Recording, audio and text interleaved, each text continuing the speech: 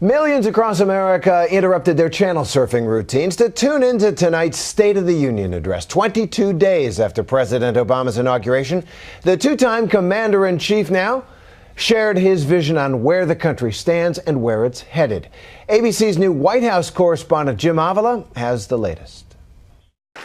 There were fist bumps on the way in.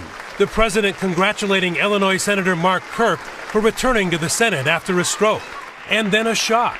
Vice President Joe Biden in glasses, unable to wear his contacts because of a scratched cornea. But for many, the speech itself failed to get really interesting until the final 7 minutes, when President Obama rode the emotion of ribbons, green, black, and white, worn by more than 40 victims of gun violence, including former Arizona Congresswoman Gabby Giffords, emphatically calling on Congress to at least call a vote on gun control. Gabby Giffords deserves a vote. The families of Newtown deserve a vote. The families of Aurora deserve a vote. The families of Oak Creek and Tucson and Blacksburg and the countless other communities ripped open by gun violence, they deserve a simple vote. But this was a president who heard whispers that he forgot the economy in his second inaugural, emphasizing that despite all the issues that have been thrust upon him, from North Korea testing nuclear weapons, provocations of the sort we saw last night will only further isolate them, to a mad gunman invading a country school, it is the economy that will dominate Barack Obama's second term. A growing economy that creates good middle-class jobs, that must be the North Star that guides our efforts. The president proposing a series of bold actions, from a $50 billion fix-it-first infrastructure program designed to repair as many as 70,000 crumbling bridges around the country, raising the minimum wage from $7.25 an hour to $9 an hour by 2015, and calling for universal preschool education for the nation's 4-year-olds, offering federal funding to states to make sure low and moderate income children have access to quality preschool programs. It is our unfinished task to restore the basic bargain that built this country.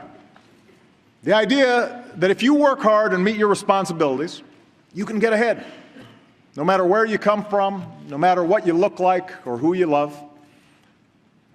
It is our unfinished task to make sure that this government works on behalf of the many and not just the few, that it encourages free enterprise, rewards individual initiative, and opens the doors of opportunity to every child across this great nation. President Obama championing a progressive agenda where government is used to spark the economy, but aware of criticism that Americans can't afford it.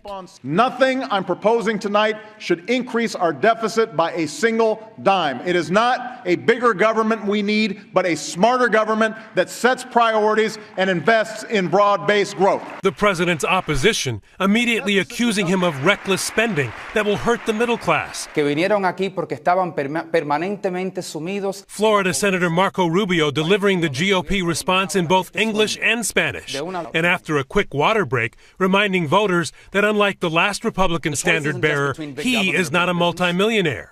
I don't oppose your plans because I want to protect the rich. I oppose your plans because I want to protect my neighbors. There were nods to foreign policy, an official announcement of Afghanistan troop withdrawals, 34,000 troops out by February 2014, effectively ending the Afghanistan war. But in the end, while the economy took up most of the debate and speech time, it is the wounded in the hall who will be remembered.